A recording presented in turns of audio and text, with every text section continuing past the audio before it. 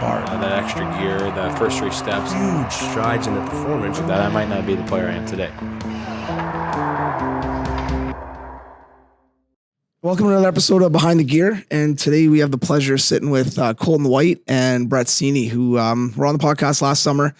Thanks a lot for coming in today, boys. It's always good to see young, good-looking faces like yours. Thank you. But I wanted to kind of follow up with guys kind of going through last year to this year and see how the season went and see kind of the ups and downs of playing professional hockey. Brett, I'll start with you, but played college, obviously, and, had a real good 4 years there, got your degree, which is awesome. So now you can tell any coach to beat it and go get a job if you want. Yeah, that's right. It's nice kind of having that in the back pocket. For sure. Yeah, for sure. What were the biggest differences coming out of college? Like college is, I played college, pretty big deal. No, I'm just kidding. But it's a grind, right? You got classes, you got practice, you got workouts, you got all this other stuff going on. So your schedule is pretty heavy the whole 4 years for the most part. What was it like for you? Like, how was that transition going from college to pro, and how different was that?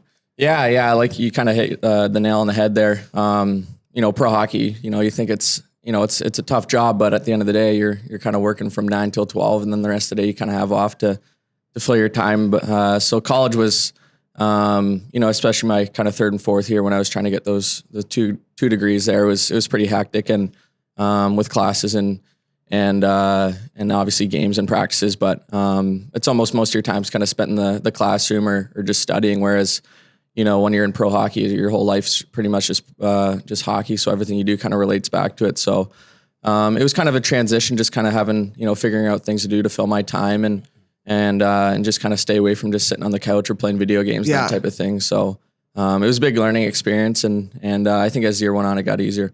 It's because you can get stuck in some black holes, right? Yeah, it gets tough some days, especially, if it's a tough practice or you just got back from a long road trip, you just want to lay on the couch. And especially, in New Jersey, there's not too much to do. So you gotta kind of be creative with that in that sense. It's funny, man. When I went out of college to pro, and it was like, I got all this free time now, whereas your schedule is always dictated for you in college where, you got this going on.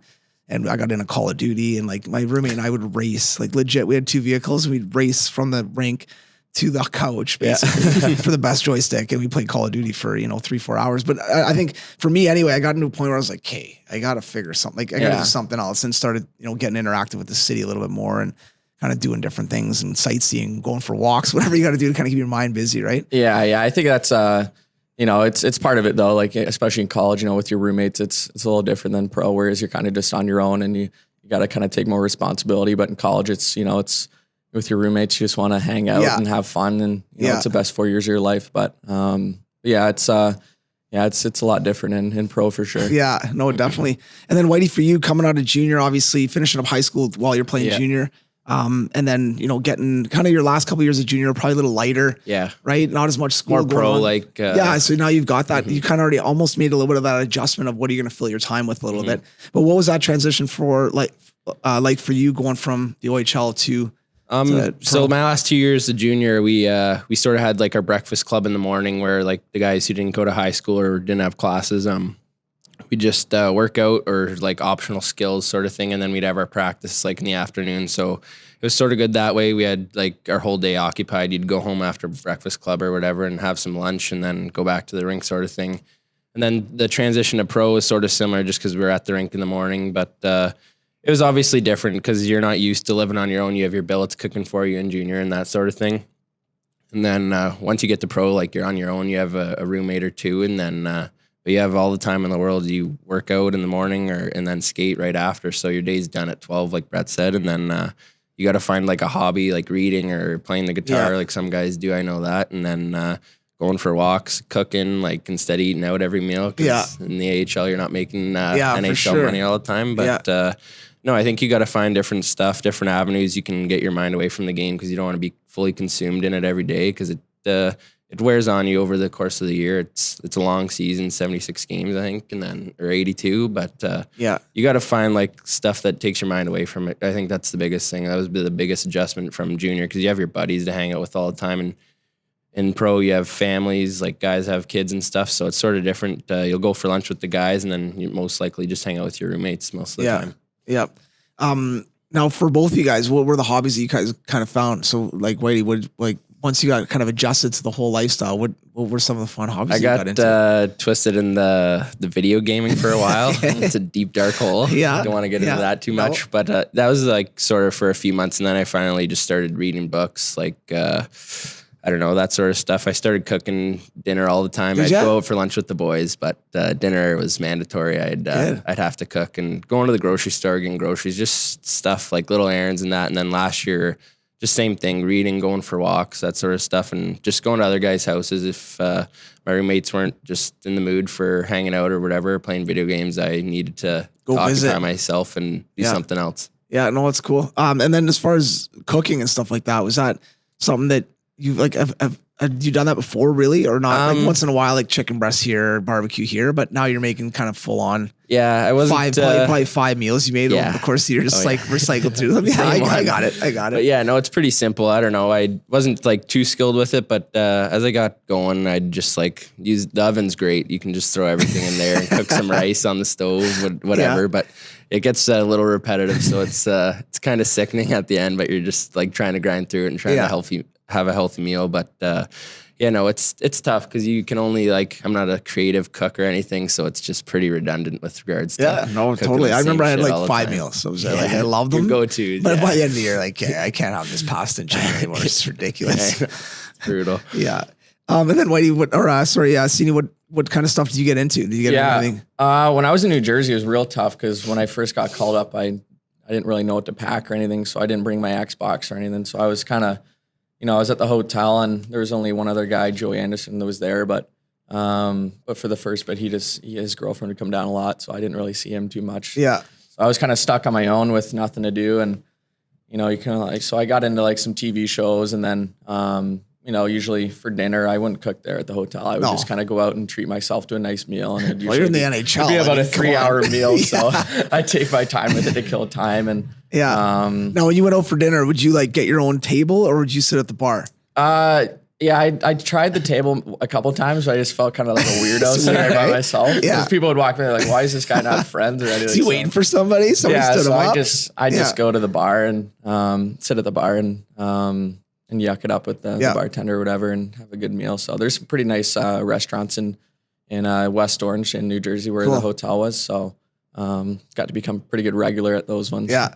It's funny though, because when I travel, doing skill stuff with Washington, I'll go see prospects. I'm on my own all the time, obviously. So, and I've never really, before I started doing this, I never really went to restaurants on my own. Like it's like going to the movies on your own. I've done it, but I've never really, you don't really do that. But you feel like so weird at first, and after a while, like I kind of enjoyed it. So the bar, someone's there, hey, what's going on? And start talking, like you meet people, and it's not as bad as it sounds, as far as going out, like being it looked like a bit of a loner, but whatever. But it is what it is, right? Yeah, exactly. Now for you, a little bit different because you get called up kind of, so, so let's go back to camp for you guys. So you guys get to camp, and it's main camp, everyone's there. How did you feel going into main camp for you, Brett? Like how, kind of ready, like your goal is to make the team, both you guys, obviously. Yeah. Knowing that it's your second year pro, you're like, okay, odds of me making the team, you guys know, the deck shuffled a little bit against you probably, but put on a good show and see what happens. So Brett, for you, what was it like going into camp this year, having been to a bunch of development camps and stuff? And yeah, it was my first training camp, so I didn't really know what to expect. And I asked Whitey and Gabe. You had no answers for you? No, they just, I don't know. I think New Jersey, and I'm guessing every teams, they kind of been known to have a pretty tough training camp and some pretty tough on-ice testing and off-ice testing. So didn't really know what to expect, but, I was confident, in how hard I worked over the summer and going into it, just kind of open mind and, just do my best and see what happens and, the goal of making it. And as the camp went on, kind of got more confidence, had a pretty good rookie tournament and got some good feedback from that. And then as the kind of camp went on, you kind of start comparing yourself to some of the older guys or the guys who are solidified in the team. And then you kind of start opening their eyes and that kind of thing. And but it's all about just kind of, playing your game, not trying to think about it too much. Cause it's like, especially your first or second one, to being a young guy, it's pretty nerve wracking and that type of thing. And then once you get into the preseason games, that's when it gets pretty serious. And it's kind of real then, right? Yeah. It's pretty cool. And, you're playing against guys, that are, that are superstars in the league. And, you got to try to keep it together at times and that type of thing. But no, it was really cool. And, it was it's tough, getting cut and sent down at the end there, but you just kind of use it as motivation to get back up there. Yeah, no, and I think what you said something there that I want to touch on, but being prepared. Like when you went in there, you knew that you were fit, you knew that your skills felt good, your puck skills, all that kind of stuff. You're tight, you felt good with that, and I think that's really important. You went out there, laid it on the table, hopefully made a good impression, for down the road, and maybe something will happen after that, right? And I know getting cut sucks, and no matter what, if it's minor hockey or if it's in the NHL, it's the same kind of burn where you're like, man, like it's a disappointment probably a little bit, but probably a little bit less at that level because you kind of see how good some of those guys are and take away a little bit of that, feedback, I guess, from even the coaches, but even just watching other players like, man, okay, I get it. Like I gotta be able to do this. I gotta be able to do that. And the kind of marking things that, that you need to get better at, right? Yeah. It's the confidence too, is, once you're there and you can tell yourself that you can play with these guys. And I think that goes back to even just going to Binghamton the year before and playing those 12 games and kind of, telling myself, okay, now I can do it. And so when you're at the training camp and playing with the guys and, going to drills against, NHL defensemen, it's an eye opener and you're kind of like, okay, now I know what it's like and now I know what to kind of work on. So it's. Yeah. No, and one thing you mentioned too, which I think is important for young kids, but when you go to tryouts, let's say I'm an AA player and I'm going to AAA tryouts, I know it's a smaller time frame for them, but even just talking to some of the other kids or some of the other men, obviously in your situation, but like you said, kind of mingling a little bit and getting to know guys, like guys like you. Because if you go in quiet and don't talk to anybody, then it's tough for you. You're wallpaper, right? Exactly, like no one knows you, but you got a bit of a personality. Hey guys, how's it going? Like, I went to college, whatever. And kind of, puts you at ease a little bit. Yeah. And then those guys, oh man, I like this kid. Because those older guys, whether it's minor hockey, the guys that have been there for 4 years, it's captain. If he likes you, and someone's not doesn't talking, hurt. Like, oh no, he's a great kid, man. He's awesome. It comes between you and another guy, like, oh, he's great, man. He's chatting all the time. He's good team guy, right? Exactly, yeah. And then what was camp like for you? So kind of similar, like obviously trained hard and stuff like that. But what was it like going in? Because this was your third or fourth, we had rookie term and I felt really good going into it. The work me and Seney did the past summer I was pretty confident. Just with the stuff we did on ice, off ice, I was confident heading into it. And then I played 2 of the 3 games and I think I was like really confident, felt good. And then good feedback from the development coaches. And then just carried it into camp. I felt real good, tested pretty good too compared to development camp.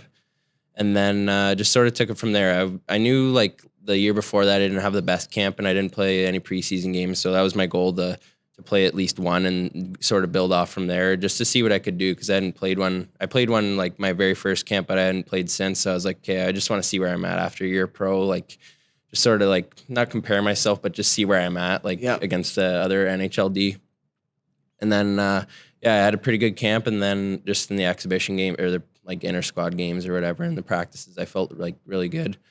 And then, I got in a preseason game against the Islanders, and that was my only one. But all the feedback was really positive. The coaches and even some of the other D, like I played with Grimes. He's played in the NHL for a while, and like he was my partner, and he was really confident. And he talked to me and made me feel comfortable, which was great. And then just the way I played, I think it just like proved to me that I could like play there eventually. And then just like the speed of everything is so much faster compared to the AHL, and just gave me that confidence. After that game, there was some cuts and I got sent down, but after that game, it just sort of gave me a little extra push and a little more motivation just to see how far away I was and just how much like I need to do to get better and just compare myself to Andy Green or Damon Severson, Will Butcher, like just those type of guys, and just see how much work I do need to put in over the course of the year just to get there, play a game. And then, it was really confident. Just it was a good learning experience to play in that game and sort of measure myself against the other guys. Yeah, it's got to be cool too to put on an actual NHL jersey, whether it's exhibition or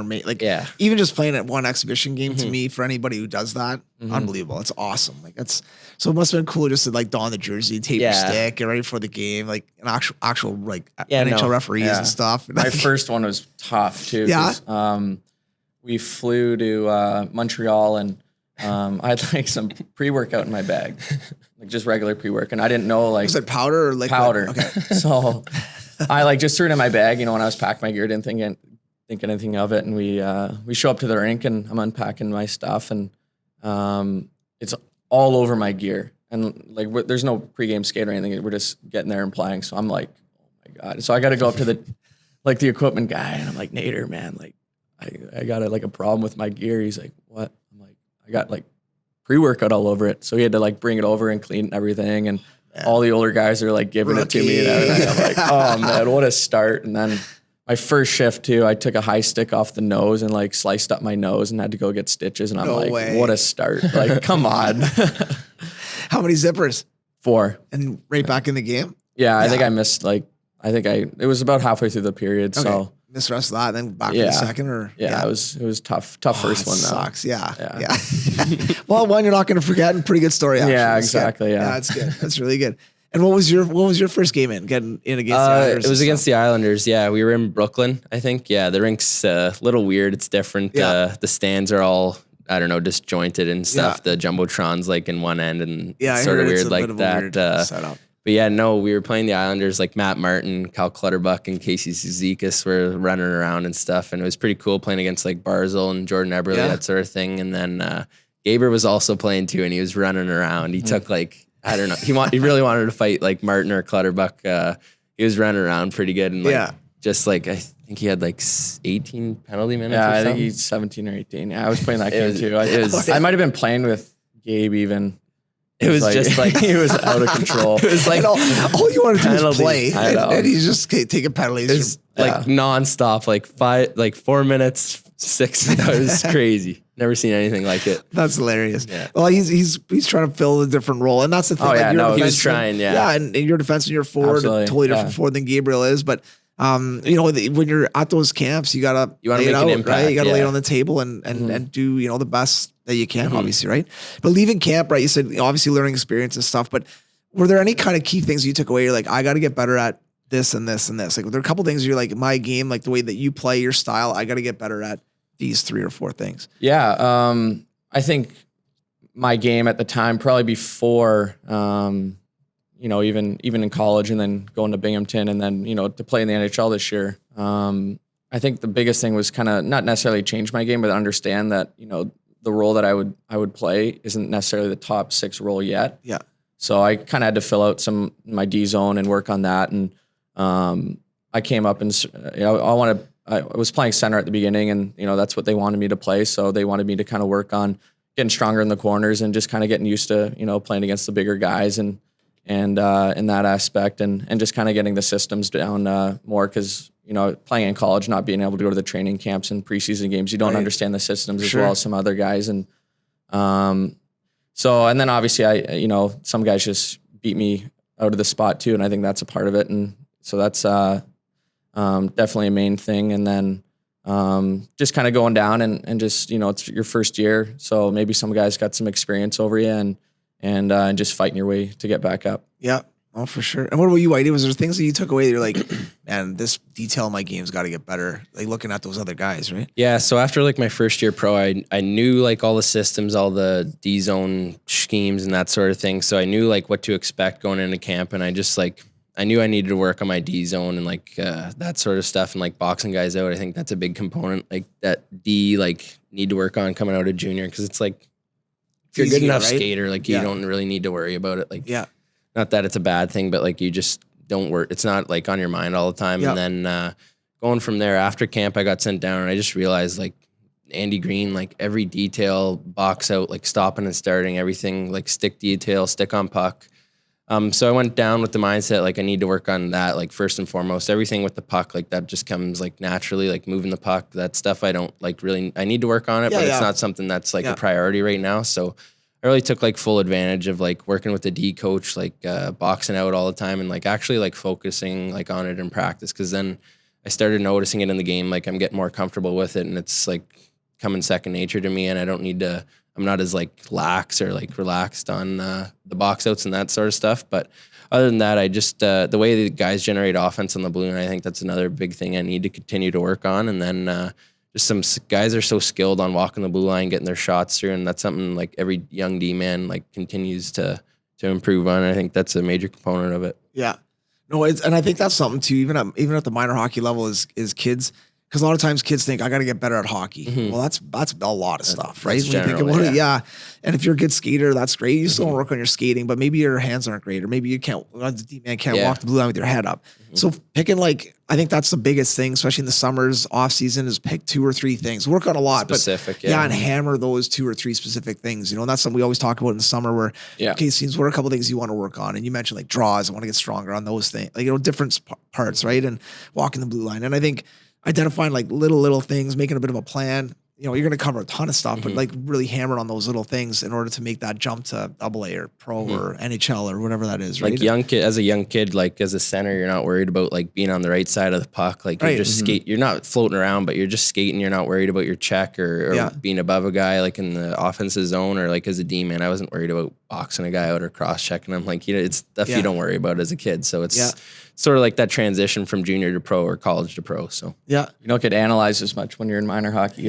Not as much video. Unless there's some dad in the stands videotaping, but exactly. And then kind of going through the season a little bit, you guys started obviously in bingo, and you guys are together there, which is probably fun having some buddies down there that you're familiar with, and you probably obviously knew a lot of the guys, and same with you playing the last 12 games the year before. What was it like kind of playing those games and not every game, but I'm sure this thought goes through your head a lot, especially we talked about how much time you have on your hands. And this is the other thing about keeping busy. When you don't keep busy, what do? You just think. You're thinking, right?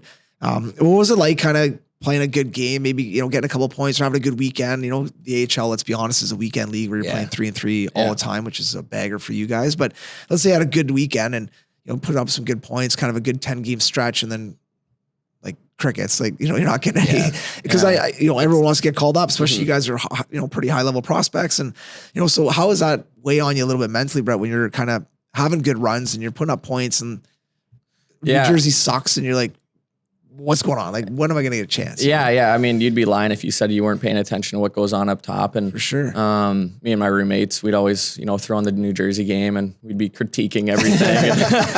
I would do that. I would have got that puck out. It gets pretty funny, but yeah, it's like you said, after the weekend, you feel good about yourself and, just going to the next week, and there's so many ups and downs and that kind of go along with it. But yeah, you're just, it's a grind, especially in the AHL, because like you said, it's 3-3, and then you get the whole week off, and whether you got 1 or 2 days off in there, and but yeah, it's just kind of, it's hard because you just want to stay focused on what you're doing, but you're so interested in wanting to get up there and experiencing that and making that jump, and if you start thinking about that too much, then your game might start suffering. You try to do things you're not supposed to do or not used to doing that maybe they'd like up there, and so it's just that you got to have a kind of a healthy balance to kind of want to get up there, but kind of focus on what you're in right now. Yeah.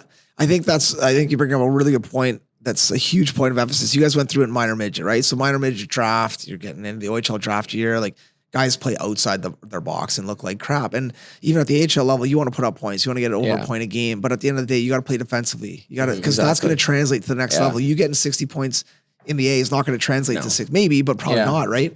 So you got to, just like you said, you got to stick with it, and you got to make sure you're covering all areas of your game, not just trying to put up points and be a -4 in a game, but you got 2 goals. Exactly. Right. Yeah. And I think that's hard, especially at young kids, to get their head wrapped around. Like, they don't care if you dangle a 14-year-old terrible defenseman. They want to see you get the puck out. They want to see you get, that's what's going to translate to that next level. Right. And for you guys now, it's magnified because, like you said, everything's on video. You guys go through video, I'm sure, in bingo all the time, and just like, every little thing, you sit with the D coach and he's critiquing how you after every game pass. You get all these clips sent to you on your app or whatever it is, and you're looking through. So it's constantly on your mind on, how to play and how to get better. And what about you? Are you like going through the same kind of thing? You have some good games or plus you're, playing well. And then, it's funny you bring that up. Like, just before I got called up, like I was on a pretty good run of like getting points, like 2 or whatever, 1 or 2 every weekend. So I was like, my goal was to get like 30 points. And I was like, all right, like, there's like 20 games left. I just got to get like 5. And I was like, I was on like a tough skid. Like I was like on a heater, like just a bad games. But like my D zone was great. So I was like, not worried about it. Just I was not like, getting okay, points. like, I was like, okay, the puck's just not going in, whatever. And I got called up after, and I was like, what's going on? Like 15 games without a point. I was like so shocked. I was That's like, not the time you expected and I was for like, that to happen, right? And I was like, other times I was like over a point per game, like some weekends, and I was like, oh fuck, like, Yeah. maybe I'm gonna get called up this weekend just because I'm like on a heater and that. So it's like, it's so confusing, but like you just gotta like stick within your realm and like stick to your toolbox. Like if you're just a simple player like I am, move pucks, get them up, like that sort of thing. Like you gotta stick to it and don't like, you can't worry about points. It's like it's not like, I don't know how to say it, but it's not like important in the business we're in, but it also is at the same time. You gotta sort of, depends who you are. Like if you're a point producer, go for it. But if you're not, like just stick to what you're good at and be consistent with it every day. And like the results will pay off in the end for sure. But I mean, even the high end guys in the NHL, like you guys play with some obviously guys like Hall and, these guys that are like high end guys, they're still good defensively. Oh yeah. They're still, maybe they miss their check once in a while and it gets highlighted on TSM. But at the end of the day, like most of these guys work hard. Even a guy like Ovi, Ovi, okay, he doesn't work hard. Well, works pretty hard, man. Yeah. Like it's hard to score 50 goals in the NHL. You know what that's like, right? Especially over 30. Yeah. Yeah, right. And then the other thing, like hitting, all these things that go into like the game, right? But to your point, just play the game the right way and things will happen for you. Work hard, play the game the right way and you'll get rewarded for it. It's hard to stick with it too. Like when, especially we were in last place in bingo and it's like, I got to change something, but like, you just have to stick with it. It's tough at the time, but like if you do, like it'll pay off for sure. Yeah. Huge thing too is going back to what you said is especially when the team's not doing great, it's things can get negative pretty quick and there's always negativity floating around and especially in the AHL with guys maybe that are pissed that they're not in the NHL and a lot of excuses flying around. So big thing is just kind of you got to surround yourself with the right guys and it's pretty easy to pick out the right guys and so me and Whitey were pretty tight and a couple other guys that kind of tried to hang out with and stay away from that stuff. Yeah. But let's back up a bit. When you guys were in minor hockey, playing midget, Bantam, all that stuff in the AAA, like there's some kids that were great kids, like good kids, but like going down the wrong path. Yeah. You can see it. All of a sudden, if you guys start hanging with those guys, then you're gonna end up being down that path of whatever. And same thing in the A. Like you got guys that are down a bad path, and that negative stuff. I feel in life in general. You're around a lot of negative people all the time. Like when you lose, it's the shittiest. Yeah, like when you got to go on a 5, 10, 15 game losing streak or win 1 out of 15, like everything's bad. You win 50 in a row, you can hate that guy. Everything's great. It's amazing, right? So that's mentally a challenge too. Just straining sometimes coming to the rink and some guys just like, oh, like I don't want to be here. Like, it's like, dude, you're playing hockey for a living. Like just come to the rink. You have 4 hours to just go on the ice. Like, people would like kill to do that. And it's just like, it's tough coming to the rink and the guy sitting next to you doesn't want to skate. It's like, dude, it's your job. Like, have fun with it. Like, and there's 15 other guys waiting for that job. Yeah, exactly. In the East Coast League or some other AHL team that want that job and they can't get it. And that's one thing I noticed. So my first year pro, I was like, we were last place bingo, and I was like, so pretty good spot bingo. Yeah, good spot. Really sunny there too. No, it's not bad, but I got sent down to the coast, and like they were winning, and everything was so positive. Everything was like. It was just a joy to be around the rink again. And it was like a breath of fresh air in a case where all the guys are really inclusive. And it was nice to just go down there and everyone's so like not happy just because they're winning, but it's just a good environment to just be around instead of everyone bickering at each other and that sort of thing. Yeah. So it wears on you too over the course of the year when the things aren't going well. Like it's tough. Yeah. And I think, in going to the East Coast League, obviously, it doesn't matter what team it is or what league it is, but you got a good group of guys that are like pretty tight. Yeah. It's great. The thing that's hard in pro hockey is, like you said earlier, your captain's got 3 kids, 2 dogs, and lives in a house, and you're living in an apartment with 4 degenerates that are single and right all the time. So it's like you got this massive transition of like, okay, and then but when everyone's like kind of tight, then the captain will go out once in a while with the boys, and all the boys are out. Like you get that, hey, we're all going golfing. All right, the whole team's like that's fun, right? And then you get that camaraderie going. But it's difficult as you get higher up because a lot of these guys don't like hockey that much, which is hard to believe, but some of them don't. True. It's a paycheck. They're making 120 grand in the A, and that's what they need. And they want to try to get called up to the NHL to make money. And sad. It really is sad for guys like you or, that love the game. It's tough to hear that stuff. The worst thing ever is walking in the locker room. You see like a 25-year-old guy, like, oh man, I'm getting old. Yeah, it's like, bro, dude, come on. Do you have any idea how young you are? Here's a roller. Yeah, exactly, right? Or a walker. And then let's get into some good stuff here. So playing all of a sudden, what was your call up like for you? So, it was. And how many games into the season was it that you got called up? 10 games into the AHL season. I was not expecting it really at all. And kind of went in for morning skate and we had our meeting right before morning skate about what we were doing and everything, and had our kind of video about the team we were playing that night. And Coach Denny, or coach, kind of came in and asked me to see me in his office. And You're like, oh man, I'm like, I don't know if this is good or bad. Usually it's not a good thing. But you're sitting tonight.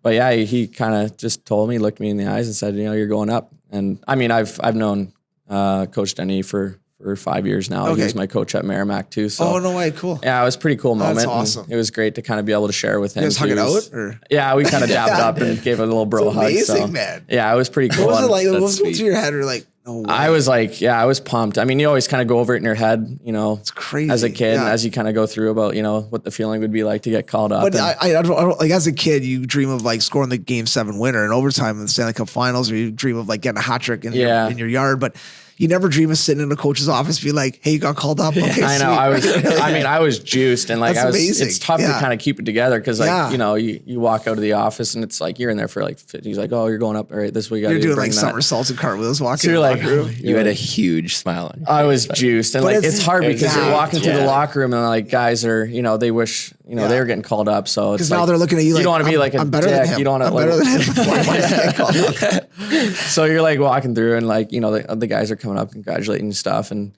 you're just trying to like, get your stuff on quick so you can get out and No call your doubt. parents and your buddies and everything. Yes. So, but yeah, you have to kind of keep it quiet until they want to announce it themselves. So, Yeah.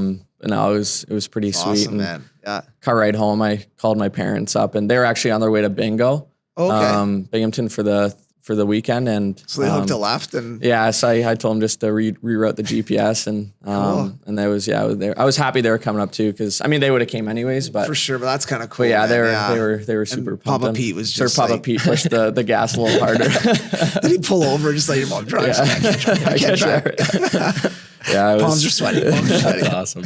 yeah, it was awesome though. No, that's cool, man. That's really cool. And then, how far is bingo from Jersey? It's about I'd say it's about 2.5, 3 hour drive. Did you drive it or did they fly in? I drove. Okay, yeah. So it took me about 2 hours. Yeah, all right. And then, like when you're getting called up like that, though, it's a scramble, right? Because you don't know if you're Yeah. going to be a day or 10 days or Exactly. 3 months. And yeah, and So- they kind of, so me and Gabe got called up at the same time. So it was kind of lucky because he kind of had been through it before. Right. So, but yeah, they told us, I think it was about 10 a.m. when they let us know. And then, you playing that night. no, we played the next night, Okay. but we had to catch the bus to, I mean, we probably could have, we were playing the Islanders the next Right. night, but they wanted us to get on the bus at, I think the bus was about 3. So Okay. we had to kind of scramble and get our stuff together and then get on the road as quick as we could Yeah. to beat the traffic. So I was completely unprepared. I packed like 2 suits and a couple of pairs of boxers, a pair of shorts and a shirt. And I didn't know how long I was going to Yeah. be there. So, Yeah. so I was just so flustered and so excited to get down there. So I completely underpacked and, being up there for as long as I was. Because you were up there for what, like 3 months, 4 months? Yeah, I was up there You ended for up playing 51 games, right? 51 games. It's amazing. Yeah. So I had to buy a whole new wardrobe. I didn't, Definitely. I was going to come back to bingo, but I didn't want to jinx it. So I said, I was going to ask you, did you go back or no? no, I just didn't want left to. everything. Yeah, I didn't want to go pick it up back later. and then Yeah. Plus, you're drinks or making anything. NHL money, so buying a suit on it. Might It's as like well. not like whatever. I just bought new New clothes. everything. I was for the first couple weeks, I was wearing the same outfit. And I think some of the boys in Jersey were like, buddy, you got to go get some new clothes. Yeah, you're being all modest. Like, Yeah, boys, like- I don't know when I'm going to sit down. Like, yeah, it's a fun ride, but I'm not sure. Yeah, but it was, That's cool. Yeah, it was sweet. That's amazing, man. And then Whitey, for you, when was kind of how did it all? So you said you're on a 15 game slide, looking I at probably wasn't- going back down the East Coast League, maybe wasn't become feeling assistant good. captain down there. Yeah. Be a veteran in the East Coast. No, it was the end of a 3-3, and we had we played 2 home games Friday, Saturday, and then we were in Roch on the Sunday, and Which you're super excited about. we got whacked. Did you? I think it was like 6-1 or 7-1, and it was just like we were on like a heat or like 7 game or 8 game losing streak, so it was like Ouch. just tough vibes around the room and stuff. And like we're on the bus after, and I'm just like, I was sitting beside Scenes, and I was like, we were just hanging out on our phones or playing cards. I can't remember. And then I got a text from Coach to come see him at the front of the bus, and I was like, all right. Okay, so what goes through your head when you get that text? And like, so Bastion, he got called up like probably a month before, and the same thing happened to him. Okay. So I was like, Like, oh, maybe. like what's going on? I Yeah. was like, maybe there's a chance. is there any but part of your mind that goes right away to the dungeon, just like I'm going to the E, or were you? Pretty I knew calm? I was like no coast. Okay. I was like, okay. not done with that. But that year I was like, okay, I can't go back Because your there. agent would have got a call right away. Yeah. What's going on? I'm not reporting. But yeah, I went up to the front of the bus and then he's like, yeah, you're going up. And I was so shocked. I was like stunned for a bit. And then he didn't know if I was going to play at all, but I was going on the West road trip and I had to be at the rink the next morning at like 9 a.m., 9:30. So I had an early wake up after the bus ride. And my mind was racing, like I was scrambling. Sure. First guy I got to tell was Brett. So I was Oh, juiced. cool. Yeah, That's it was awesome. sweet. Because you would have to come back, sit down. yeah, and I be was, I was like fired up, and I just had to like sit for a second and like just holy collect shit, my yeah. thoughts for a bit, and then I was like, scenes, I'm going up. Yeah, I was. Now, I, at this I could point- kind of tell, like when he came back, he was kind of like looking at me. Yeah. And then I like poked him. Now, at this point, those scenes, you'd played your 51 games and then got sent back down. And we'll chat about that in a sec. But now you're back in bingo, obviously, and then you get your opportunity to go up. Did you at any point think like, well, I can probably play D? Hang on one second. I'm going to go talk to Coach for a sec. Yeah, no, it was. Every time a guy gets called up, Especially if it's your boy. I was going to like, say, yeah, especially it's- if, yeah, oh, if it's a unreal. buddy, Like, you're it's- so yeah, juiced you're and- pumped. yeah, our Yeah. I mean, group was, there's guys that I'm sure that when Whitey got called up, when I got called up, were like, oh, congrats, but really like, Yeah. Well, screw it's, that and I guy like kind of that. And thing, I always tell kids like that's okay. Oh yeah. You want to make the team. Like Yeah. you like Yeah. that guy's a good guy, but at the end of the day, I'm trying to take your job. Yeah. Now for you guys, it's awesome because you're good buddies, but one's a D, Yeah. one's a forward. So it's Exactly. like there's not, yeah. if you're both kind of the same style of forward, it'd be, It'd be different. Good buddies, Yeah. but man, I want that opportunity. yeah, there'd be Never- some like, Yeah, angst and even for with sure. Yeah, you Gaber, can like be- you even can- with Gabe, yeah, he's a totally different guy than you guys as For far as how sure, he yeah. plays. So it's kind of like, oh man, It's good fine, job, yeah. awesome, right? And like the guys, like the crew, like we hang out with in bingo, they're all like, or Jersey, doesn't matter, but Yeah. they're all like really proud of each other. And like, awesome. we have like not a small group, but there's like 6 or 7 of us that are like really happy for It's each other. wicked, If yeah. something happens, That's like good, yeah. it's good thing going there. So Yeah. There's one thing you can be like, upset or like, oh, I wish that was, getting called up. But I'm a huge believer in like, you don't wish bad upon people. Like that's Totally, just like, I agree. 100%. so, yeah, I mean, no, I loved it when the boys got called up Yeah. and everyone getting their opportunity and seeing what they can make of it. it's tough though, right? Like, and just a sidebar here, but even as we get older, right? So you buy a house, guys are like, oh, like some guys are like, man, it's amazing, awesome, good Yeah, for you. yeah. Your buddies are like, oh, hey, congrats. You know, right away, like, I want to buy a house. Or you show up with like a Beamer. Like, it's a sick car. Nice, I man. want a Beamer. You know, it's just, like, what? Yeah. And I'm big on like, no, man, it's like good for you. Yeah, Like, awesome. exactly. Oh, you got a cottage? It's amazing. Yeah. man. Yeah. Good for you. Like, I love a cottage, but I really don't give a shit right yeah. now. Like, I'm Yeah, pumped for exactly. you. It's awesome. But I agree with you. I think good things are going to happen to good people, and sometimes for you get sure. screwed. you Sometimes got to be get happy the- for your yeah, buddies just- too. yeah, Like they totally. earned it. Like Yeah. it's You can always have that fire in your belly where you're like, man, I want it's a little motivation to work a little harder.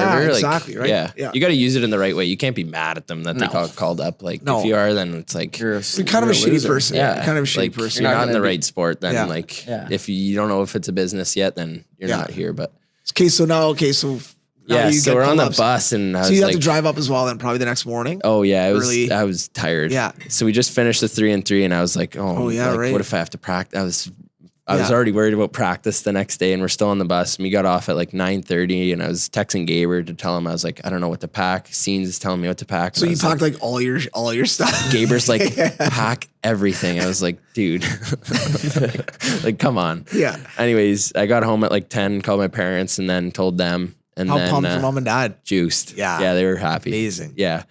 And then, it was so weird. I couldn't fall asleep because I was like, okay, No can't doubt. miss my alarm. It's set for 6. I was like, okay, I need to wake up. And I fell asleep at like 1, got a like 5 hours sleep. Brutal. Drove 3 hours and then I didn't have to practice, so that was great. Got Yeah. a day off, but Nice. just hopped on the plane. Then we flew to Calgary.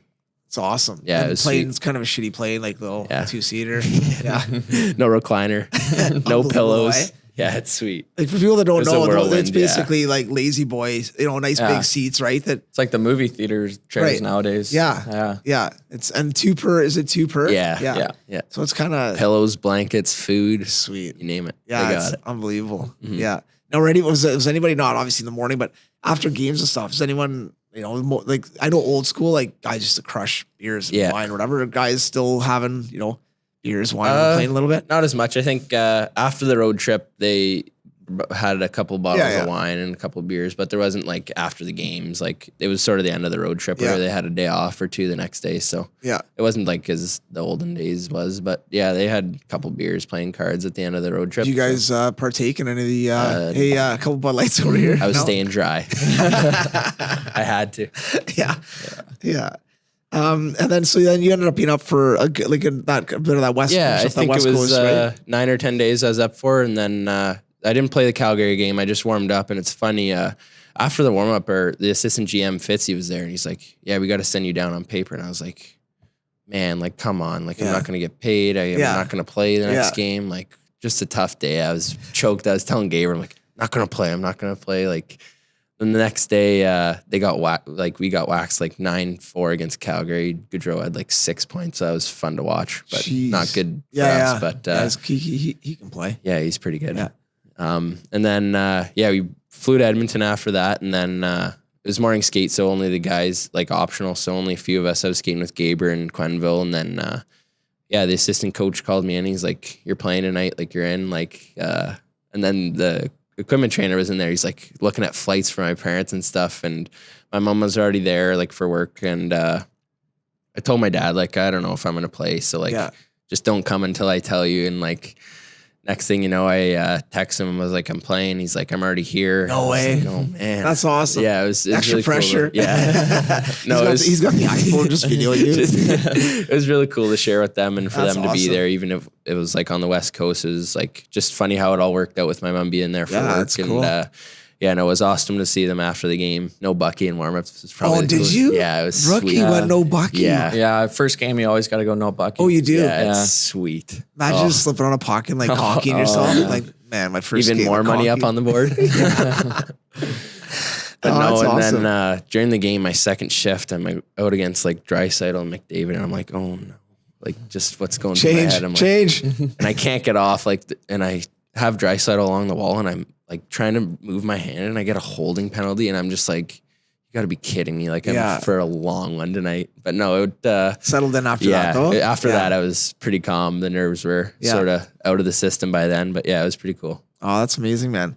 Now, when you get a taste of that life, like not in lifestyle, but just like that professionalism and that, because it is a step up from the ABA. Is great, obviously, Yeah, and for sure. it's awesome. And but you're on the bus, and it's like longer road trips, and 3-and-3s are tough. But when you get a little taste of that, and you get a kind of a longer taste, but even that little bit, like how bad does that make you just want to be like, I need no, to and play that's in the thing. NHL. The coach after I left, he's like, use this as like extra juice, like in your workouts and the skates, like whatever you need, like just use it as motivation to work on stuff and get better, and use it as your time to focus on what you really want and stuff. And it's so true, like how the difference between the American League and the NHL is so drastic, and compares like the food, the travel, the teams and stuff, and like everything's just better. Like it just the makes feel you too. It's just like the being thought of being in the best league in the world is like, It's crazy. it's like an adrenaline. It's like I don't know. It's hard to explain. Yeah, it's it weird. is.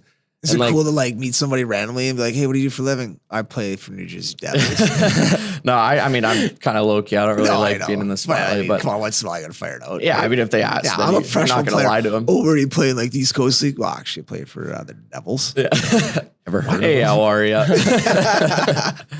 No, I know both you guys are modest guys, but it's I'm proud of you guys. Like I think it's amazing, man. Even like playing 1, 2, 3 games is like unbelievable. Like that's more than anybody. And Really, like just you know? playing 3 games, you like just have such an appreciation for how good they really are, and like just how much like I need to work on and stuff just to even like get back there again and get another call up. Like I have so much to work on. Just like the room to improve is that much greater than what I knew before, just because I've like played a couple games there. Like I just know like what I need to do to get better and how much I need to actually like improve upon. Like it's crazy how far the gap is between like being a good AHL player and like being like a call up. Like it's crazy. You don't really think about it because you're not there yet. And then once you get a taste of it, you're like, oh shit, like got to pick my socks up and like you got to work like extra hard just to like, you think you're working hard until like you get there and you're like, oh, everyone else is doing it here, so I need to do it too. And would you guys agree seeing some of those guys like a Green or like a Stafford, these guys that have been there for a long time, right? That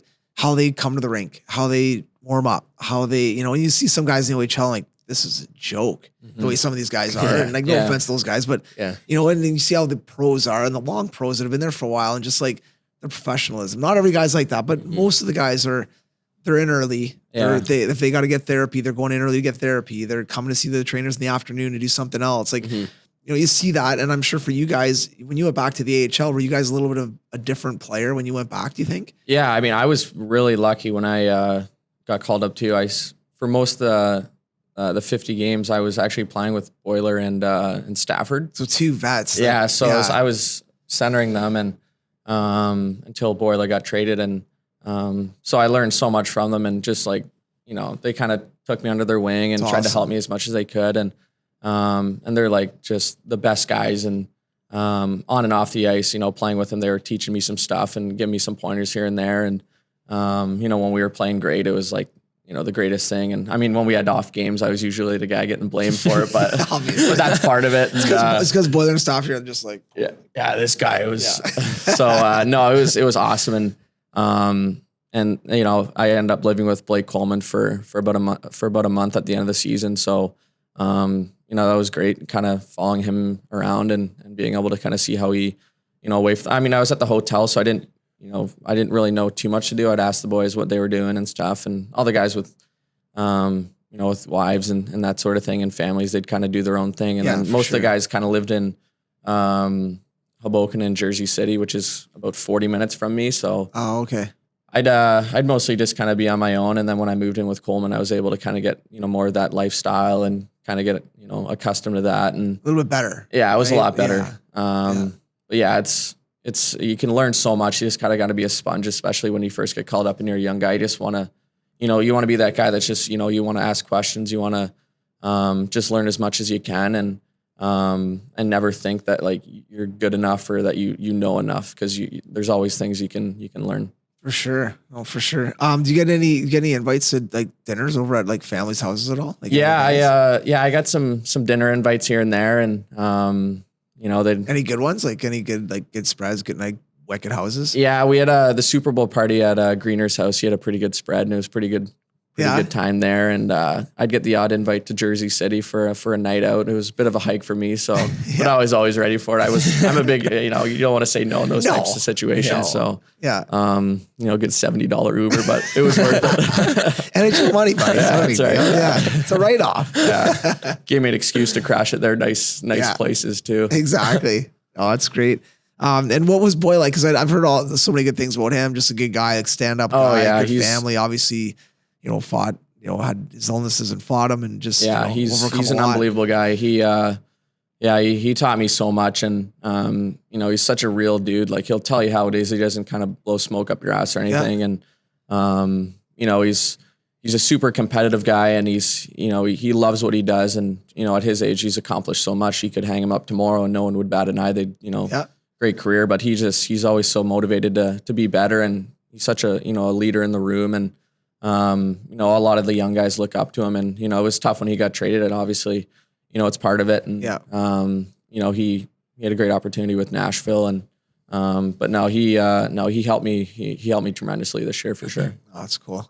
And then for you going up, obviously, you know, did you come back a little bit of a different player as well? Like when you went up, was there a couple guys you kind of gravitated to, even just like staring at them and watching what they were doing? Yeah, so I took a liking to Greener. Just the way he handles himself. He does every game that I was there. He just consistently had the same routine, like no matter what, same time. And I got to sit beside him in weight rooms, homeroom, whatever.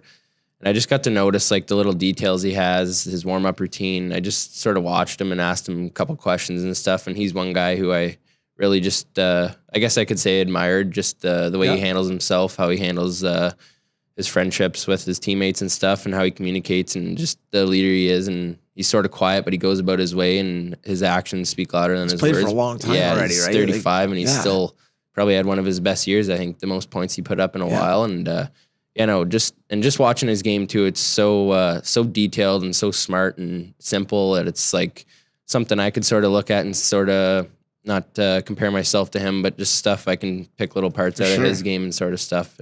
There's a lot of guys too, like Severson, just the way he produces like generates offense from the blue line, like Will Butcher, the way they see the game. And it's so different compared to the American League where like everyone's sort of just it's more sloppy. It's not as structured as the NHL, and it's just it's nice to see just different stuff and learn from different guys for sure. No, that's cool. You guys, or White, I think you said something earlier that I think is a huge point. You know, when you look at the big picture right now, let's say you look from minor midget to the O or minor midget to junior hockey to college, right? You know, as a young kid, you're like, it's just progression, not that big of a jump. But when you went from minor midget to junior, like that's a jump. Yep. And you're like, whoa. And then you go from junior to college, like, holy smokes, I'm playing against 20, 21, 22-year-olds, and they're fast and heavy and good. And then when you go from that college or the OHL to the AHL, I'm sure you guys looked at it again like, holy geez, man, this is an adjustment again, right? Now you guys have prepared yourselves and you know, you guys were in a good spot getting in there. But now you look at the AHL to the NHL, to me, that's the biggest jump. And a lot of people think it's just like, well, if you play, good players in the A could play in the N, which is not far off, but it's a small gap, but it's a huge, there's a lot in that gap. You know what I mean? As far as just like the details, the preparation, how you eat, how you sleep, all that stuff, you know, what you drink, all those things. Like it's such a big, that's the one thing I notice is there's so many small little pieces that help players get from the A to the NHL. And it's this looks like a small details, gap, but there's a lot in that gap that you got to tighten up. And, you know, going up like you guys did this year and getting an opportunity to see that and see these guys and how they perform but what goes behind the scenes on the performance, I think is probably something that'll help, right?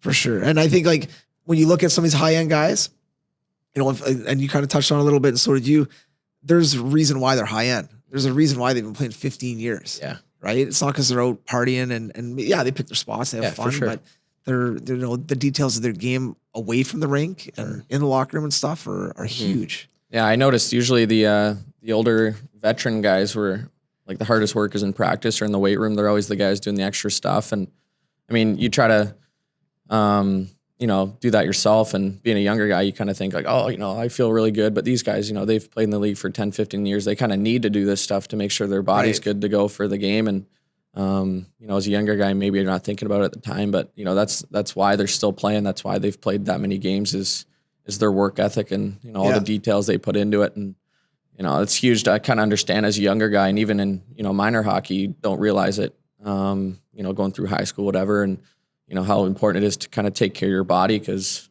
you know, kids are so, you know, players are so good nowadays, and, you know, the gap's that much bigger now with everything that's going on that, you know, the earlier you can kind of figure that out, the better. For sure. No, I think, yeah, you're right. I think that's huge, man. If you can get a good work ethic at young ages, you don't have to do everything right or have all the answers, but if you can it's a good building block, just like it's one of the biggest ones you need for sure, I think.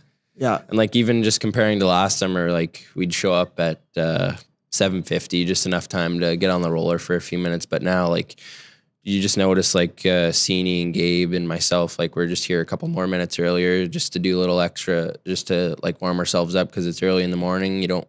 It's tough waking up at 6:30, 6:45, whatever the case may be. And just like you need to do it. And if you want to get to the next level, and that's something that we've all talked about, the three of us, and it's something like it's good that we have the three of us just so we can continuously push each other. And maybe we're not on Curtis's level yet, but we're getting there.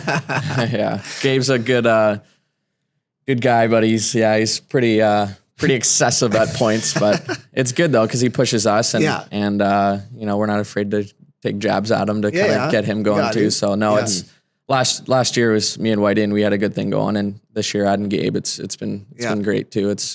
We're all pushing each other, and we all want the same goal, and we can all accomplish that together. So it's good brotherhood we got going on. Oh, it's awesome. Yeah. It's I think it's important to have a crew, like, you know, if it's small or big, doesn't matter, and everyone's like-minded, you know what I mean? No one's kind of pulling you guys in the wrong track and pick your spots, have a good time. But, you know, you got a real good crew, which is awesome. And that's the thing, like playing the few games that I did and Seney playing half the year there and Gabe playing a lot of games there too, is like, they all know like what it takes to get there and make it there. So like we're doing extra it's like the extra details that the older guys were doing. Yeah. Like we're sort of incorporating it into our plans and our summer routines sort of thing. So.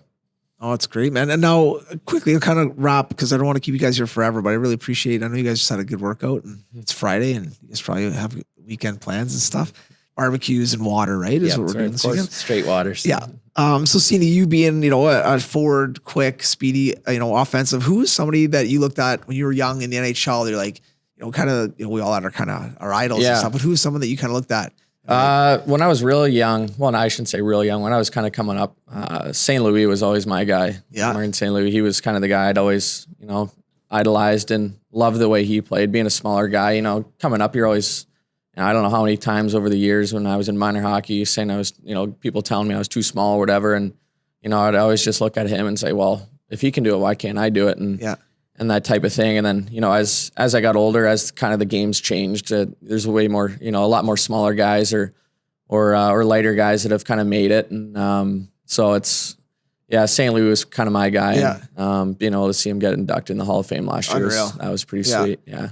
Seeing that was unbelievable. And then seeing a picture of his legs was even better. Yeah. Him doing, I remember I saw a video of him doing a squat jump out of like a pool. And I'm like, yeah, well, I don't know if I could do that, but couple more years. Yeah, a couple more years. Yeah. I got to get Papa Pete to build a pool in the backyard. Just a small one, just a squat jumps. Yeah, exactly. And I want to ask you one other question too about playing in the NHL. Obviously, playing against some guys that you in probably junior and college probably watch these guys like these guys are unbelievable. But what was it like? You were telling me a story the other day about taking like one of your first draws against Crosby. Yeah, right? Who's a guy who obviously, whether you're a forward, defenseman, goalie, you got to respect him. He's an unbelievable player, and now all of a sudden you're lining up with him. Like, probably a little surreal. Yeah, it's crazy. Every team you play, there's superstars in every team. But that was one against Sid there. First draw against him, it was like, just watching him, you're like, this guy's phenomenal. But you're on the ice with him, you're like, this is like banana land. So first draw, I line up against him. I'm like trying to see what he's doing, and I couldn't even focus on what I was doing. And before I knew it, I didn't even have my stick down. He snapped it back, get back to the bench, and coach is like, "Scenes, what were you doing there?" I'm like I'm so, I don't know.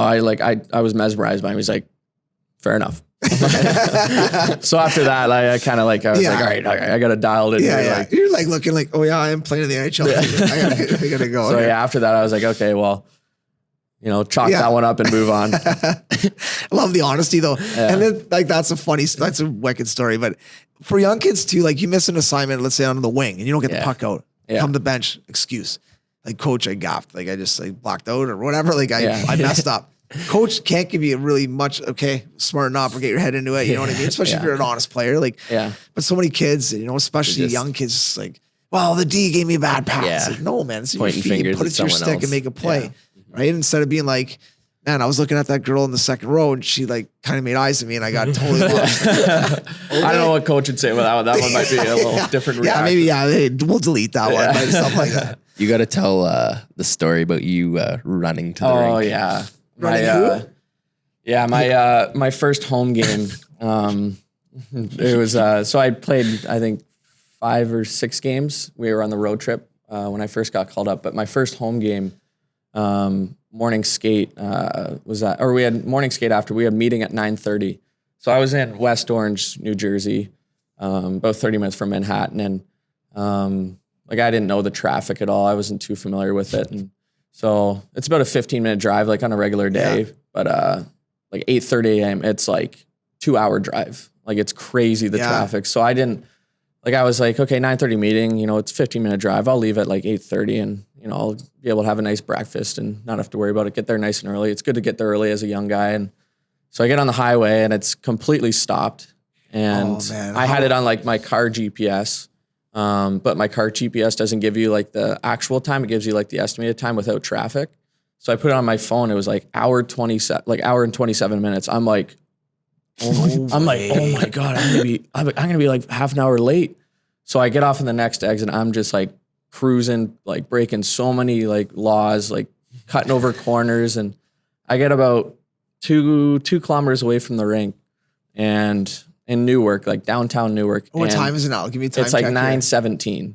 So I'm 13 minutes. You can do 2K on the jog though. Oh yeah. So and I'll get to that, the best part later, but so I parked the car in the middle of the side of the street, just no parking area, but I just parked it. I was just I was thinking, I'm okay, if I get sent down, that's a lot. If I get towed, $200, I'm okay, I'm not I'll risk it.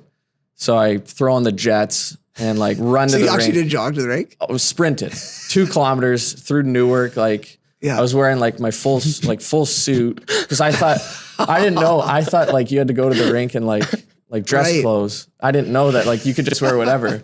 So I'm like buzzing through downtown Newark, Dress shoes. and I get to the rink at like 9:26. Like I don't know, 9-minute 2K. Like I don't know what the time is on that, but Pretty good. so I get in there and Drew Stafford's standing like in the dry stall area, and as I walk in, and I'm like sweating, Oh yeah. leaking, like can't even catch my breath, wearing dress clothes and dress shoes, and he's like, "What are you doing?" And I'm like, "Drew, like I just sort of run here from 2 kilometers away." He's like, "What?" I'm like, he's like, "Why are you wearing dress clothes?" I'm like, "I thought we had to wear this to the rink on game day." He's like, "No." So I like take off my stuff, and like he tells all the boys, they're like loving it. They like, I thought they were gonna be like, I was gonna get in like shit for No, like that's being late, but they're like, oh, you're man, like, that's they love dedication, it. like that's Yeah. unbelievable. I And probably got you an extra like 10 games. my legs, my hamstrings, and my calves, I was wearing dress shoes, were so sore for like 4 days. And yeah, it was an experience, and I had to get the trainer to go because I ended up telling the trainer, I'm like, is my car gonna get? He's like, dude, like it's not gonna get towed, it's gonna get like stolen or it's gonna get stripped. So he had to go on, He went go on and find it. Yeah, he went and got it. And Amazing.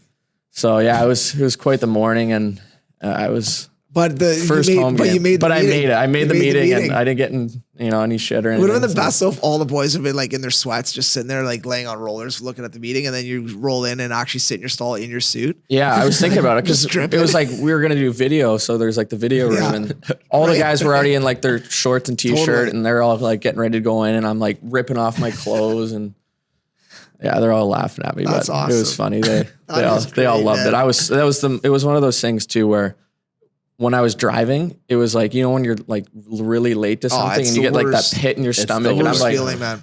I'm like almost dry heaving. I'm so nervous. I'm like, oh my 100%, God. man. So, Especially your like first 10 games. yeah, out of, yeah. like, 6 Crazy. games. Are you kidding me? yeah. So I after that, I don't think I was nervous for many things. And after like, that. so after that, how early did you leave? If you're Oh, I was leaving at 8. Like I was getting there at like 8:20. Yeah. But Yeah. it was, And I don't think you're the first NHL player to have to run to the rink at some point because of traffic. yeah, it Because was even like in downtown, like if you're going 3 blocks, which would take you like Mm-hmm. 20 minutes to walk, you drive Yeah. it, but it's like an hour and a half because it's so like you can't go anywhere. I know. It was unbelievable. That's Like I've awesome. never It's the best story. I love it. sprinted so hard in my life. Yeah. And when you were sprinting, did you know your way around? Were you like, No, I was on the phone too. I Right, did it so on my even phone, worse, even worse. and yeah, and like I mean, Newark isn't the nicest area, so I'm like passing like, and people are like yelling at me, Oh, and for sure. I'm wearing You're like a an suit. Idiot, and- yeah. You're like, you I was definitely- just hoping none of the boys were like cruising by either, seeing me. But That's awesome. my plan was to kind of slither and get my stuff off quick and then get in Yeah, there. but- nobody see ya. and I would Stafford saw me right away, so I was like, You're busted. yeah. That's awesome. And then what about you? Anything kind of crazy happening when you got? No, I was Were you pretty like low key, I just was stayed under pretty the low-key. radar? Yeah, I didn't do too much. No. No running to the rink or anything. Yeah, When I you was- first got on the plane though, like so, let's say for you got there and you guys are flying out, right? yeah. So when you first get on the plane, are you kind of like a fish out of water? Like, okay, where do I go? Where do I sit? I was Or do you pretty have an nervous idea? for that. Like I Yeah. was like, Curtis, like, where am I gonna sit? Like I have no idea who to sit beside. He's like, bud, just sit with me. I was like, all right. I sat with Perfect. Curtis the whole time. Yeah. So it was good to have him there. And Yeah. there's a lot of guys. I think there was like 8 guys from bingo I was there gonna or say you something. probably So knew it guys was, from last year. yeah, it like, made it a little more at ease and a little more comfortable. I was nervous, but like wasn't to the extent where I'd be like if nobody was there. Yeah. So that was nice to have all those It's just guys weird there. because you're not. It's not like going to another team. Like it's not like going to like another AHL Yeah. team. It's going to like the big club Yeah. with like legit NHLers that have Mhm. played for 10, 15 years. And Crazy.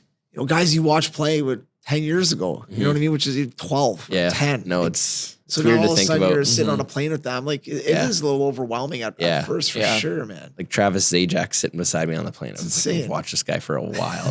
So it's like, it's crazy. Yeah. Yeah. No, it's really cool. Now, if you had to go back, let's say, because now you guys have had an opportunity to play in the NHL and stuff, and you kind of realistically, man, which is unbelievable because you guys have actually kind of realized your dream. Now, I know you want more to this dream. Yeah, You want to play course, for yeah. another 10, 15 years, but or longer. But, you know, if you had to go back right now and tell us, you know, Brett Seney at 12 years old, who loved hockey, shooting pucks in his yard and stuff like that, I'd be like, buddy, listen, this might happen for you, but it's not going to be easy. It's going to be really, really hard. What would you tell them? Like, what would be one piece of advice you tell them as a kind of an NHLer now, being like, you got to make sure that you tighten up this or whatever. Like, probably the biggest thing was probably just focus more on like the defensive part of the game. I think nowadays, especially when I was a kid, like it was just, who can score the most points, who can get the most goals, which is, a huge part of it, especially, for a smaller guy, like, I got to produce at a certain extent, but you were elite back then. You still are, but you were. No, sick. I think, I just focus on because I honestly, until I went to college, I'd say I didn't really focus too much on defense. My kind of my offensive, but you were also getting like $5 a goal from Petey, right? Yeah.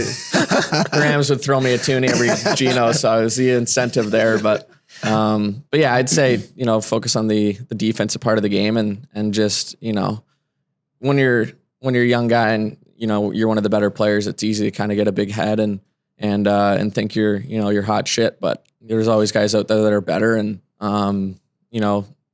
it can change like that where, guys are getting better and you're not, and you can never get comfortable. And even at the NHL level, you play a couple games, it's hard not to kind of get comfortable. You think like you've made it, but once you start thinking like that, you're out of the league. Yeah. Well, that's great, man. I think that's a good one too. Like stay modest.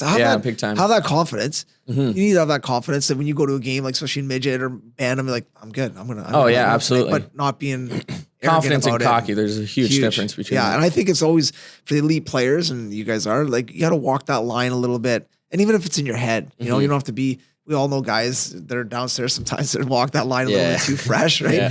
But I mean, I think it's important to stay, humble. Don't be too humble because I think sometimes, for instance, you love scoring, and sometimes guys are too modest and too good of a team guy. They're gonna pass that opportunity. Yeah, exactly. No, man, you got a chance to bury. Yeah, you know what? You got a chance. Like, you see it now, like in the NHL or AHL. If you guys pass up a 2-on-1 and pass a puck, gets chipped away, you come to the bench like, shoot the puck. Shoot the puck. You're in a grade A, shoot the puck, right? Like, so have that confidence in yourself to be like, no, I'm good enough to do this, but also being modest enough that you kind of walk that line a little bit, right? For sure, yeah. And what about you, Whitey? Going back now, looking at a 10-year-old defenseman, 12-year-old defenseman that's named Colton White, wants to play in the NHL. What would you kind of tell him, like, buddy, you need to make sure you do this to kind of... Just to continue working hard. I think that's the biggest thing for me is never taking my foot off the gas. And I think that's something that's always stuck with me, even at a young age, is always working hard. And I think, like Brett said, the defensive zone is something that you don't really focus on as a kid. You always want the puck and you're always looking to make plays and that sort of thing. So I think even in junior, the coaches don't really harp on you. And not that it's a regret of mine, but I just wish I sort of was more detailed in my defensive zone and that sort of stuff. And just really like laid the foundation for that instead of laying it like my first year pro, just so I could have had a little more of a head start on that. But it's something that's easy to learn, but it's not the sexy stuff. It's not stuff that you like really want to do. It's hard work. Yeah, right? It's hard work. Yeah. And like not many kids want to box guys out or work on like D zone stopping and starting or stick on puck. Like that's it's not fun, but it's like, part of the game, and it's a major component of the game, and it's a major component of getting to where you want to go. And I think that's something I wish I would have worked on more, but I'm working on it now. So, it's good, man. It's really good. I think, and you guys both went through this. You guys both played a lot of players over the years, whether it's junior, college, minor hockey, whatever, and players that were better than you, right? Why are you guys sitting here right now? And some of those guys that were way better than you were, Seney, there were 6'2" guys scoring 20 points a game or 20 points, lighting it up. There's 6'5" defensemen you played with, or same size defensemen. They're unbelievable. Why are you guys getting these opportunities and they're not? I think there's maybe two parts to it. I think one big part is the mental aspect of the game, and being able to actually be able to get better at the mental aspect of the game and kind of understand the game better. And you can't really teach hockey sense in a sense, but I think that's the biggest thing is everyone at the next level, like every guy has that hockey sense. They can make that play in a split second. And then I think the other thing is just like the work ethic part of it. Like I said earlier, you might be really good now, but it's all comparable. If you don't, if you take your foot off the gas for a summer, everyone else is getting better. If you're not, you're either getting better or you're getting worse. So, I think that's a huge part of it is, you can't get comfortable. You can't think that you're the titties or what. You got to always, think that, if he's getting better, I want to get better than him. If he's working harder, I want to work harder than him. Yeah. So that was always a huge thing for me. As a kid, I always wanted to be the best. And if there was guys that I thought were better than me, then, I'd look at their game and I'd say, okay, what can I do to be better than him? Yeah. No, I think, and the key out of that whole thing is if you're not getting better, you're getting worse. Exactly, I like that yeah. because if you're not working your ass off, you're not putting in time, and the time might be going to have a nap, like really, like resting or eating properly, right? But if you're not doing the right things, then I agree. I think that's awesome. Yeah. And what about for you? Yeah, work ethic for sure. I think like for a guy like myself, I'm not the most athletic, but I'm pretty athletic. And I think just seeing guys that were better than me, I just wanted to work that much harder than them. And I think that's something that's really gotten me to where I am today and given me the opportunity to get called up this past year. And I think, I don't know, as in minor hockey, like you see kids, they're just there just to play. And I think I was even at like young age, like 12, 13, I just always I had the drive just to get better and want to get better. And I think that's a major component is wanting to and not just doing it because you need to do it. I think if you want it and then you have a goal in mind, and I think you can achieve it with as much work as you can. And I think another big thing that we touched on is sacrifice. I think kids don't realize that like they'll go hang out with your buddies, but sometimes like you can't do that. Like you got to relax, you got to stay in sometimes or shoot pucks, whatever the case may be, or go for a jog, maybe substituting French fries like instead of a salad or salad instead of French fries, but that sort of stuff, like not going to school dances with your buds, like that sort of stuff. And I think it adds up over time, like not going out to the bar with your buddies. Like it sucks, but at the end of the day, it's stuff that'll pay off. You can go to the bar like another time, like you can't go every weekend. Like it's just not acceptable. That's a huge part of it, especially as a kid too. Like, high school, grade 8, grade 9, like those are the years when, you start, everyone's going in different directions and, you just gotta find a way to stay on the path and keep your focus on your goal. And, I'm sure that we've missed out on hundreds of parties and hundreds of beers and girls over the year, maybe, but I think, you just got to stay focused on the goal and, you can do all that stuff when you're 40 and retired. Yeah. Trust me. Yeah. That's the thing. You want your best years when you're 40, not when you're 20. Exactly. Yeah. And I think like that's what you guys said is bang on. And as an outsider looking in at you guys, that's what I would say. I'd say there's a lot of better players than you guys, especially in minor hockey and, and going through the O and going through college, but you guys stuck with it and you worked your ass off and you kept going. And some of the other guys did too, and they're having success probably as well, right? But at the end of the day, I think that's what separates people. Like skill will take you so far, 100%. Like some guys are playing in the NHL right now. You guys know them. You guys play with them. That are skilled and they're there because they're skilled, and that's just special. Yeah. And sometimes you look at them like, man, kudos to them. It was that easy. Some guys, hockey is just easy. Yeah. It's like chess is easy for some people. It is what it is, right? But for guys that it's not that easy.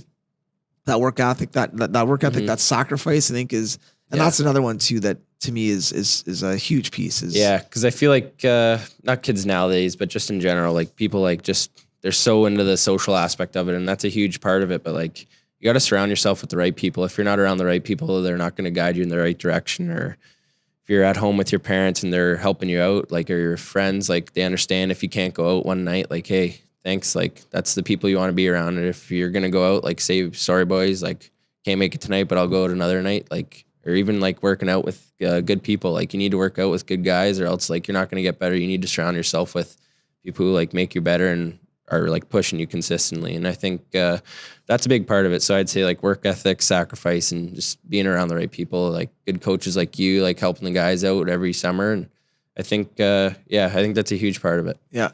Would you guys say growing up, the way you guys grew up as far as being, elite players and trying to train hard and work hard in the social settings of like high school, not so much college or maybe a little bit actually major junior, just because it's a little bit of a different culture, but that you guys were kind of like geeks a bit as far as like the whole social circle. So, you look at all your high school buddies. Well, you guys were the guys that didn't go to that party. You guys were the guys that eat chicken breasts at lunch. You guys were the guys that like, not that you guys were nerds or geeks, but like not the cool kids that were potentially vaping or drinking or whatever they're doing at that point, right? Yeah, I always kind of had the same, and I still do to this day. And, my boys that I always come back and hang out with in London over the summers, and it was the same group that I, had at elementary school and played hockey with a couple of them. And, some of them played like a decent level, but most of them are just, solid guys that I, were childhood friends that, doesn't matter what we're all doing, we're all treat each other the same. And even through high school, maybe we weren't the, the popular guys that were,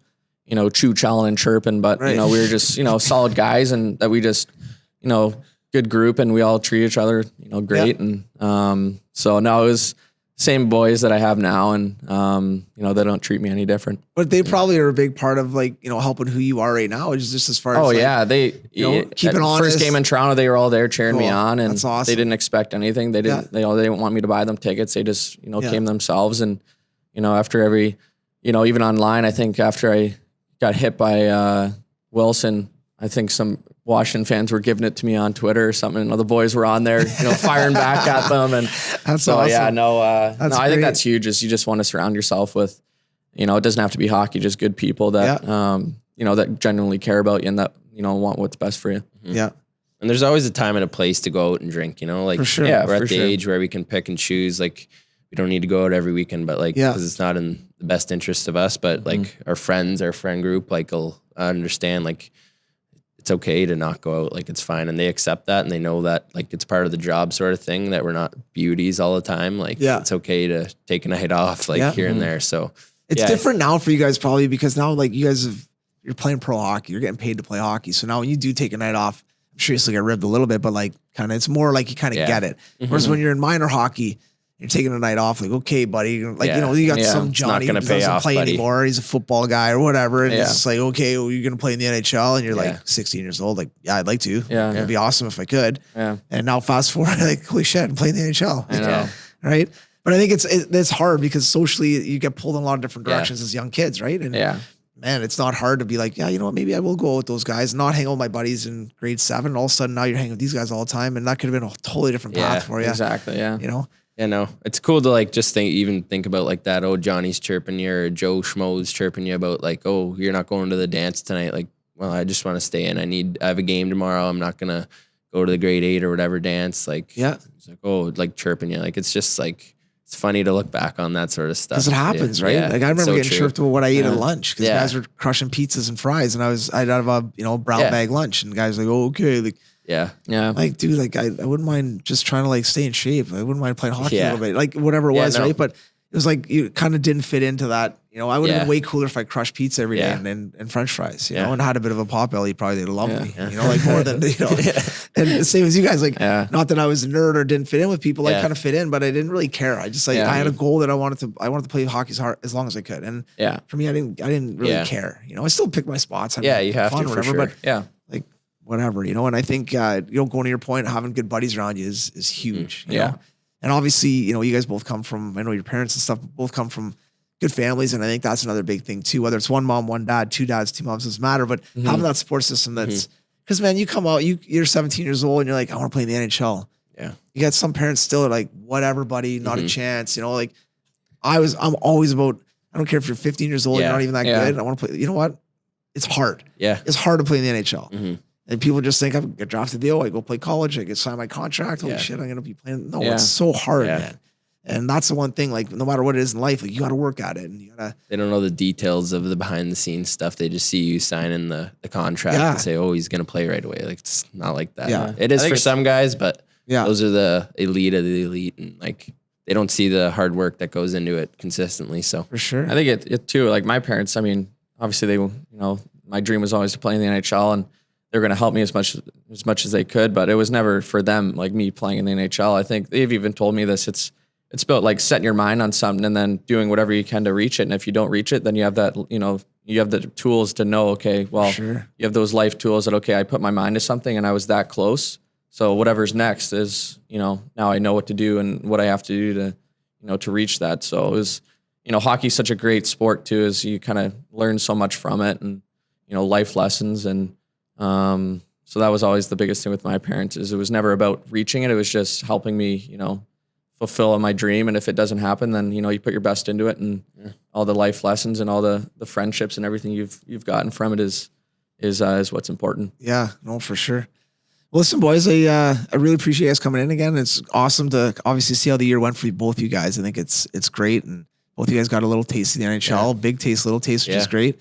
And I'm sure it'll be a little different going back to main camp this year and kind of a little more confidence, hopefully understand what's going on a little bit better. And then, hopefully everything kind of works out. Cause I know New Jersey probably wouldn't mind maybe changing the culture there a little bit, trying to win a little bit more. Yeah, exactly. Yeah. Oh, it's awesome. Well, thanks a lot, boys. Thanks for having us. Pleasure. Awesome. Yeah.